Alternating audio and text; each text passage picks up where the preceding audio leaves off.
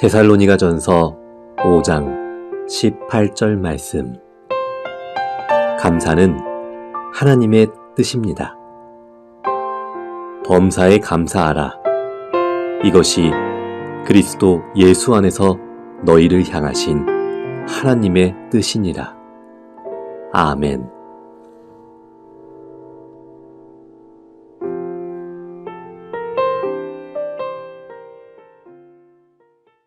미국에서의 실화입니다. 어느 여인이 강연장에서 데일 카네기에게 말할 수 없는 모욕적인 말과 그 다음에 욕을 퍼붓고 있었습니다. 그런데 카네기는 그 여인의 욕과 저주를 들으면서도 빙긋이 웃고 있었습니다. 그래서 그 여인이 지나가고 난 다음에 그 보좌관이 카네기에게 물었다 그래요. 어떻게 그 여인의 모욕적인 말과 저주의 소리를 들으면서 그렇게 웃으실 수 있냐고. 그랬더니 카네기가 이렇게 대답했습니다. 그 여자가 내 아내가 아닌 것을 생각하니까 너무 감사했다고. 가만히 생각해 보니까 그 여자가 내 아내였다면 나는 온전히 살 수가 없었을 거라고. 이런 이야기를 했다 그래요. 여러분, 아무리 어려운 상황이더라도 감사할 수 있으면 상황이 다르게 보인다고 합니다. 반드시 행복해야만 감사할 수 있는 것은 아닙니다. 내가 먼저 감사할 수 있어야 행복할 수 있다는 사실을 깨닫는 여러분들이 되기를 바랍니다. 특별히 그리스도인들은 감사가 체질화되어야 합니다.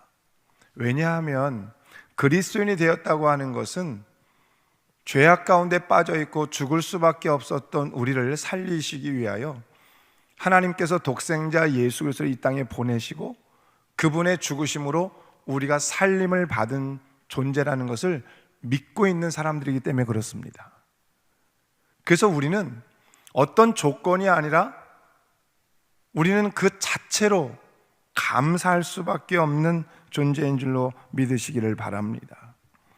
그 하나만으로도 일생을 감사하며 살 수 있다는 것이죠. 더욱이 이 추수감사절은 원초적인 구원의 은혜와 그동안 나에게 베풀어 주신 삶의 은혜를 기억하고 감사하도록 만든 절기입니다. 그래서 성경이 오늘 본문의 말씀에서 아주 기본적인 그 감사에 대해서 이야기합니다. 읽어보실까요? 범사에 감사하라. 이것이 그리스도 예수 안에서 너희를 향하신 하나님의 뜻이니라. 아멘. 성경이 우리에게 범사에 감사하라 라고 말하는 이유는 뭘까요? 하나님의 뜻이다라는 것입니다. 그러니까 범사에 감사하라고 하는 것은 뭐냐면 무슨 일을 만나든지 어떤 형편에 처하든지 감사하라라는 거예요. 또 범사에 감사는 감사할 조건이 없음에도 불구하고 감사하라는 말이에요. 왜 그래요? 감사는 하나님의 일을 이룹니다. 감사는 기적을 이룹니다. 감사는 역사를 만들어냅니다. 멕시코에서 사역하는 김윤상 선교사님의 간증을 들은 적이 있습니다. 이 선교사님은 고속도로에서 정면 충돌하는 교통사고를 당하여서 아주 위중한 상태로 응급실로 실려갔습니다. 장파열이 있었고 왼쪽 다리는 완전히 골절되었고 출혈이 너무 심해서 혈액의 60%가 빠져나갈 정도였습니다. 정말 응급수술로 장파열될 부분을 제거했고 뱃속의 감염으로 수술을 여러 번 반복하는 일이 있었습니다. 그러나 복막염, 폐렴, 폐혈증으로 생존 가능성이 거의 없었습니다. 이렇게 의식이 없이 24일 동안 중환자실에 누워 있었어요. 그동안 가족들은 바깥에서 어떻게 했을까요? 하나님 살려달라고 기도를 엄청 많이 하지 않았겠습니까? 그러다가 가족들이 24일 동안 의식 없는 선교사를 위해서 기도하다가 중간에 그들의 기도의 방향을 바꿉니다. 하나님께 감사하기로 결정을 했다는 거예요. 생명을 주신 분도 하나님이시고 생명을 취하시는 분도 하나님이시다. 그러니 이 상황에서 데려가셔도 감사하고 그리고 살려주셔도 감사하다. 깨어나지 않는 그 상황에서 가족들은 감사의 기도로 방향을 바꿨다는 거예요. 김윤상 선교사의 아버지가 과테말라의 선교사님이신데 이 아버지를 통해서 이제 이 소식이 전파되고 전 세계 모든 사람들이 이 김윤상 선교사의 상황을 알고 함께 기도하기 시작했다는 사실이에요. 그런데 여러분, 놀라운 일이 벌어지기 시작했습니다. 감염에서 회복되고 폐도 서서히 회복되고 사고 난 지 24일 만에 의식이 돌아왔다는 것이죠. 근데 24일 만에 의식이 돌아왔는데 여전히 그는 위중한 상태이고 여전히 죽음을 직면한 상태에 놓여 있었습니다. 그럼에도 불구하고 가족들은 계속해서 감사했어요. 그때 하나님께서 일하고 계신 것이 점점 선명해지기 시작했고 마침내 김윤상 선교사는 완치가 되었습니다. 그리고 지금 역시 멕시코에서 열심히 하나님의 일을 하며 사역을 하고 계시다고 합니다. 김윤상 선교사는 기적의 주인공입니다. 죽음 직전에서 완전히 회복된 놀라운 기적의 주인공입니다. 그런데 여러분, 이 간증의 이야기를 들으면서 모든 기적의 시작이 어디서부터 시작되었는지 기억하시기 바랍니다. 기도의 방향을 감사로 바꾸면서부터 기적은 시작되었다는 거예요. 할렐루야. 그러므로 사랑하는 성도 여러분, 여러분의 삶에 감사가 날마다 넘치기를 주님의 축복합니다. 감사할 수 없을 때도 감사의 조건을 찾아보시고, 힘들고 어려울 때도 감사의 조건을 찾아보시고, 외로울 때도 감사의 조건을 찾아보는 여러분들이 되기를 주님으로 축복을 드립니다. 그 감사가 기적의 시작이 됩니다. 성경은 또 범사에 감사하는 것이 하나님의 뜻이라고 말을 합니다. 따라서 그리스도인들에게 감사는 일상이 되어야 합니다. 앞이 안 보이고 희망의 조건이라고는 아무것도 없을 때라도 감사하며 길을 열어가야 돼요. 앞으로 펼쳐질 하나님의 뜻을 생각하며 감사할 수 있어야 합니다. 여러분, 우리 눈앞에 있는 문제만 바라보면 걱정밖에 없어요. 그런데 그 문제를 뛰어넘어 일하실 하나님, 그 문제를 뛰어넘어 역사하실 하나님, 이 문제 뒤에 하나님이 예비하고 계신 그 하나님의 은혜와 축복을 바라본다면 우리는 충분히 어떠한 상황에서도 우리의 입술로 감사의 기도를 드리는 성도들이 되기를 주님의 축복합니다. 새벽 기도 시간마다 욥기서를 통해서 은혜를 나누고 있습니다. 여러분 아시다시피 욥의 고난은 사람의 머리로는 쉽게 설명이 안 되고 이해가 안 되는 그런 고난입니다. 하루아침에 모든 것을 다 거두어 가시는 하나님, 이 어떻게 이해가 되겠습니까? 욥의 세 친구들이 찾아와서 욥을 위로하는 척 하더니 말을 하는데 욥의 모든 죄 때문에 이 고난이 왔다고 아주 고난당하고 있는 욥에게 더 마음을 상하게 하는 일을 말을 해요. 욥이 그 말에 대해서 특별히 반박을 하지 못해요. 왜냐하면 욥의 세 친구들은 무식한 사람이거나 신앙이 없거나 믿음이 없는 사람이 아니에요. 나름대로 신학적인 배경을 가지고 또 나름대로 철학적인 생각과 그 다음에 그들의 신앙을 가지고 욥의 고난이 죄로부터 왔다고 말을 하고 있거든요. 그러니까 욥은 특별히 반박할 말을 찾지를 못해요. 그런데 욥이 어느 날 친구들한테 이야기해요. 너희들은 잠잠하라 이야기해요. 너희들은 알지도 못하는 일을 가지고 그렇게 떠들지 말아라. 너희들의 지식으로 이 상황을 말하려고 하지 말아라. 너희들의 눈에 보이는 것으로 이 상황을 판단하려고 하지 말아라. 나는 너희들의 말을 듣지 않겠다라고 하는 선언이에요. 그리고 욥은 고난 가운데 어디로 나갑니까? 하나님께 나가요. 여러분, 욥기서를 통해서 우리가 분명히 느껴야 되는 것은 욥은 고난 앞에서 사람하고 대화하기보다도 하나님께 나아갔다는 사실이에요.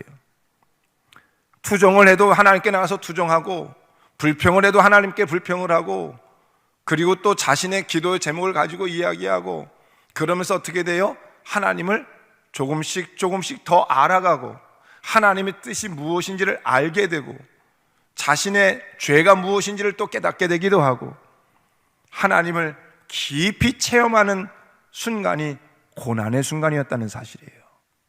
아멘. 여러분, 아이러니하지 않습니까? 욥이 하나님을 더 깊이 경험한 게 어떤 순간이냐? 고난의 순간이라는 거예요. 그래서 욥기서 42장에 보면 욥이 뭐라고 고백을 해요? 내가 지금까지 귀로만 듣던 하나님을 눈으로 보나이다. 할렐루야. 그 고난이 다 지나고 나서 마지막 결론이 귀로만 듣던 하나님을 눈으로 본다는 이야기예요. 이 고백과 함께 욥은 어떻게 돼요? 이전보다 더 많은 복을 받게 된다는 사실이죠. 사랑하는 성도 여러분, 그러므로 우리가 혹 감사할 수 없는 상황이 오기도 하고 내 삶에 고난이 찾아올 때라도 사람에게 말을 듣기보다는 하나님께 나아가 하나님의 음성을 들으며 하나님을 깊이 체험하는 여러분들이 되기를 바랍니다. 하나님이 내 삶에 들어오기만 하면 내 삶을 역전시켜 주시고 새롭게 하실 것을 믿으시기를 바랍니다. 말씀을 준비하면서 생각난 찬양이 있어요. 세상의 유혹 시험이, 우리가 한동안 많이 불렀던 찬양인데요, 이 찬양 가사 중에 3절 가사가 이런 가사가 있습니다. 주위를 둘러보면 아무도 없는 듯 믿음의 눈을 들면 보이는 분 계시네. 지금도 내 안에서 역사하고 계시는 사망과 어둠의 권세 물리치신 예수님, 주를 찬양, 주를 찬양, 손을 들고 찬양. 전쟁은 나에게 속한 것 아니니 주를 찬양, 손을 들고 찬양. 전쟁은 하나님께 속한 것이니. 아멘. 이 찬양이 기억이 난 이유는 뭐냐면, 누구나 고난의 순간을 맞이할 때가 있는데 그 고난의 순간이 찾아오면 주변에 아무도 없는 것 같아요. 주위를 둘러보면 아무도 없는 듯. 또 이 찬양의 2절에는 거짓과 속임수로 우리를 괴롭히기도 한다 라고 말을 해요. 그러나 우리가 그 순간에도 감사할 수 있는 것은 우리 안에 역사하시고 사망과 권세, 어둠의 권세를 물리치신 예수님이 계시다는 거예요. 아멘. 지금도 이 찬양의 가사처럼 주위를 둘러보면 아무도 없고, 그렇지만 믿음의 눈을 보면 보이는 분이 계십니다. 그분은 내 안에도 지금 살아 역사하고 계시는 예수 그리스도십니다. 그러므로 사랑하는 성도 여러분, 감사하는 것을 잊지 마십시오. 하나님을 찬양하는 것을 잊지 마십시오. 전쟁은 하나님 손에 있습니다. 하나님이 시작하셨으니 하나님이 끝내실 것이고, 하나님은 반드시 승리를 주실 줄로 믿습니다. 그러므로 우리가 해야 될 일은 끊임없이 주를 찬양, 손을 들고 주를 찬양. 할렐루야.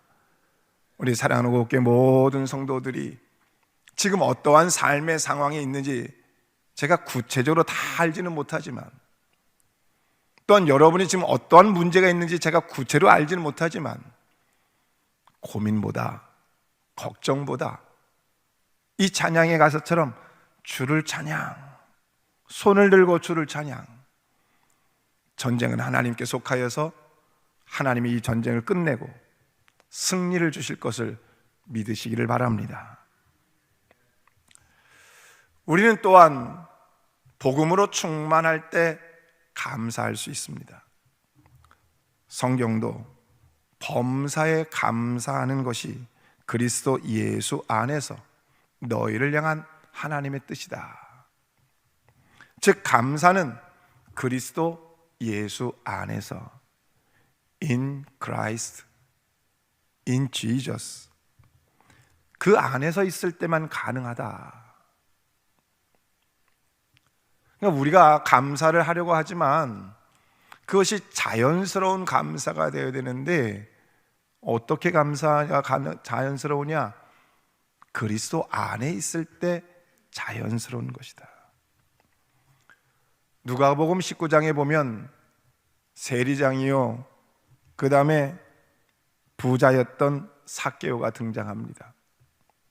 삭개오가 사는 마을에 예수님이 지나간다는 소문이 들립니다.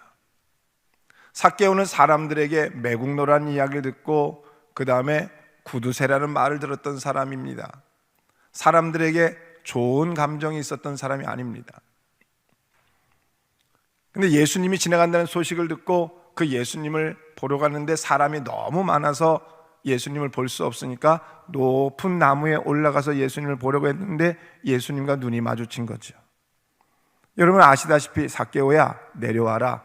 오늘 내가 너희 집에 유하여야겠다. 삭개오가 기쁜 마음으로 내려와서 예수님을 모시고 집으로 들어갔습니다. 그 다음에 어떤 일이 벌어지는지 몰라요.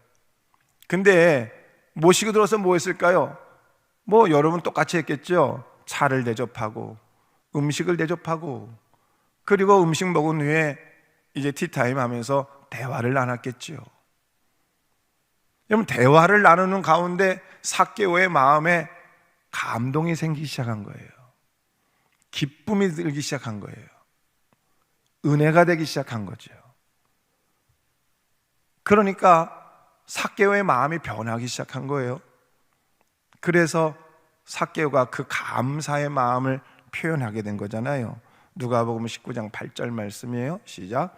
주여 보시옵소서, 내 소유의 절반을 가난한 자들에게 주겠사오며 만일 누구의 것을 속여 빼앗은 일이 있으면 내 갑절이나 갚겠나이다. 아멘. 삭개오는 인생의 목적이 돈을 모으는 것이고 돈이 자기의 최고의 즐거움이었습니다. 돈을 창고에 쌓아두는 일이 유일한 즐거움이었습니다. 그런데 삭개오가 왜 이렇게 변했을까요? 소유의 절반을 가난한 사람들에게 나누어 주겠고 속여 빼앗은 것이 있으면 4배나 갚겠나이다. 왜 이런 고백을 할까요? 예수님과 대화를 나누는 가운데 그 안에 복음이 들어가기 시작한 거죠. 예수 그리스도가 그 안에 자리 잡기 시작한 거예요. 그러니까 이 감사가 이렇게 표현이 되는 거예요. 누구든지 예수님이 마음속에 심어지면 그 사람의 근본이 바뀌고 가치관이 달라지게 되어 있습니다. 이것이 복음의 능력입니다. 오늘 여러분에게 이 복음의 능력이 있어서 감사하고 사랑하고 또 용서하고 또 하나님 앞에 영광을 돌리는 그런 성도들이 되기를 주님의 이름으로 축복합니다. 근데 삶을 살다 보면 감사하기 어려운 순간을 만날 때도 있어요. 그러면 목사님 그때는 어떻게 됩니까? 저는 여러분한테 이런 말씀을 드리고 싶어요. 온 힘을 다하여 감사의 제목을 찾아보십시오.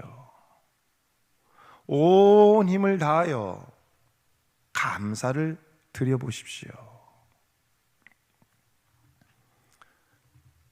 우리의 감사를 통하여 그 고통의 순간을 변화시켜 은혜의 순간을 만들 것이고 새로운 감사가 나오게 할 줄로 믿습니다. 요셉은 형들에게 이해할 수 없는 미움을 받고 구타를 당하고 죽음의 순간까지 가서 구덩이에 던져지잖아요. 그리고 요셉은 이스마엘의 상인에게 팔려가서 보디발의 집에 들어가서 충성된 가정 총무로 살다가 또 보디발의 아내가 그를 모함해서 감옥에 갇히잖아요. 남의 이야기가 아니라 나의 이야기라고, 내가 요셉이라고 생각하면 얼마나 이게 답답한 현실입니까? 자기가 뭘 잘못한 게 있어야 이 고난을 당해도 내가 잘못했구나, 내가 잘못했어, 이 이해가 되는데 우리는 다 알지 않습니까? 드라마의 한 장면처럼 요셉이 잘못한 게 없어요. 조금 잘못했다면 그냥 형들 앞에 자기를 좀 자랑했던 거, 그거밖에 없어요. 그런데 감옥에 갇혀 있으면서 요셉이 어떤 생각을 했을까요? 평범한 사람 같았으면 자기 인생을 저주하며 원망하며 형들을 원망하고 보디발의 아내를 원망하는 일들을 했을 텐데, 감옥에서 바로의 술 맡은 관원장, 떡 맡은 관원장을 만나면서 그들 어떻게 해요? 그들을 섬겨요. 감옥 속에서도 사람들을 섬겨요. 여러분, 그런데 그것이 계기가 되어서 요셉이 애굽의 총리가 되었다는 거예요. 애굽의 총리가 되었을 때 여러분 다 아는 것처럼 형들을 만나서 뭐라고 얘기해요? 형들을 그때도 원망하는 게 아니라, 형님들 너무 걱정하지 마십시오. 나를 하나님께서 이곳에서 보내셔서 형들을 구원하기 위하여 미리 나를 이곳에 보내신 겁니다 하면서 섭리의 신앙을 고백하잖아요.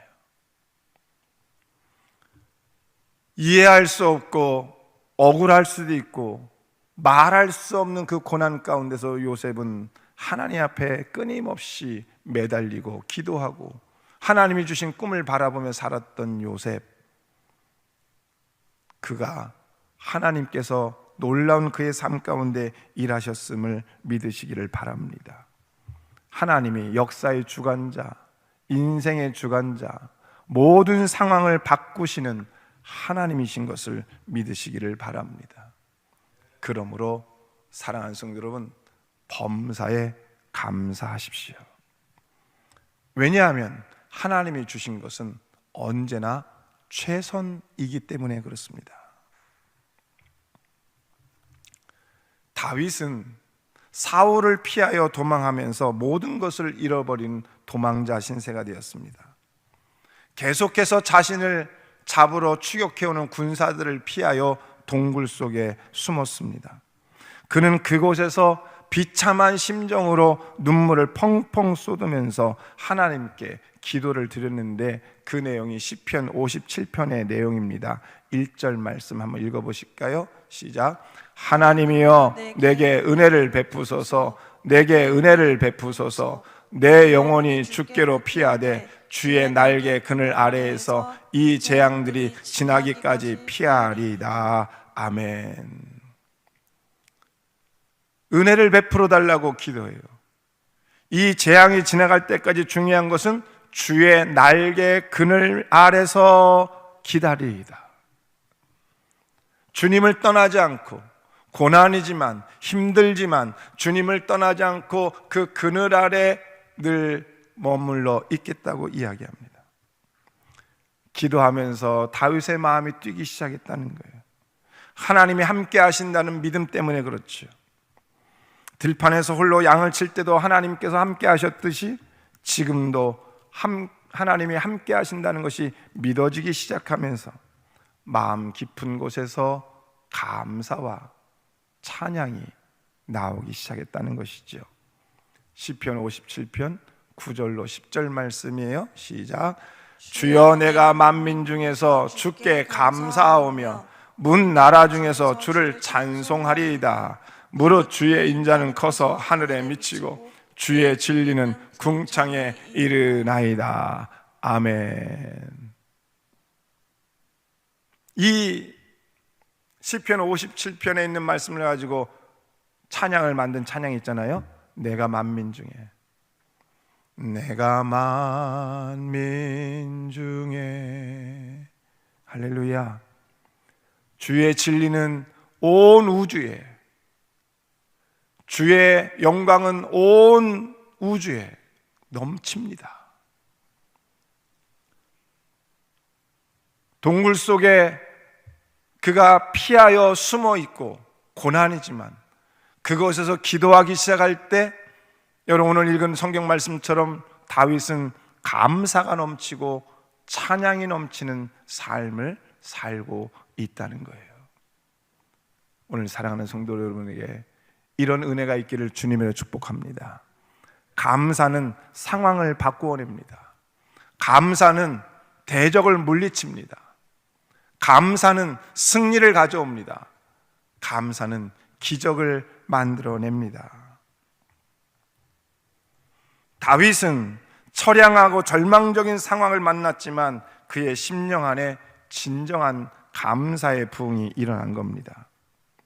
하나님은 다윗의 넘치는 감사를 보시고 마침내 그를 이스라엘의 성군으로 만들어 주셨습니다.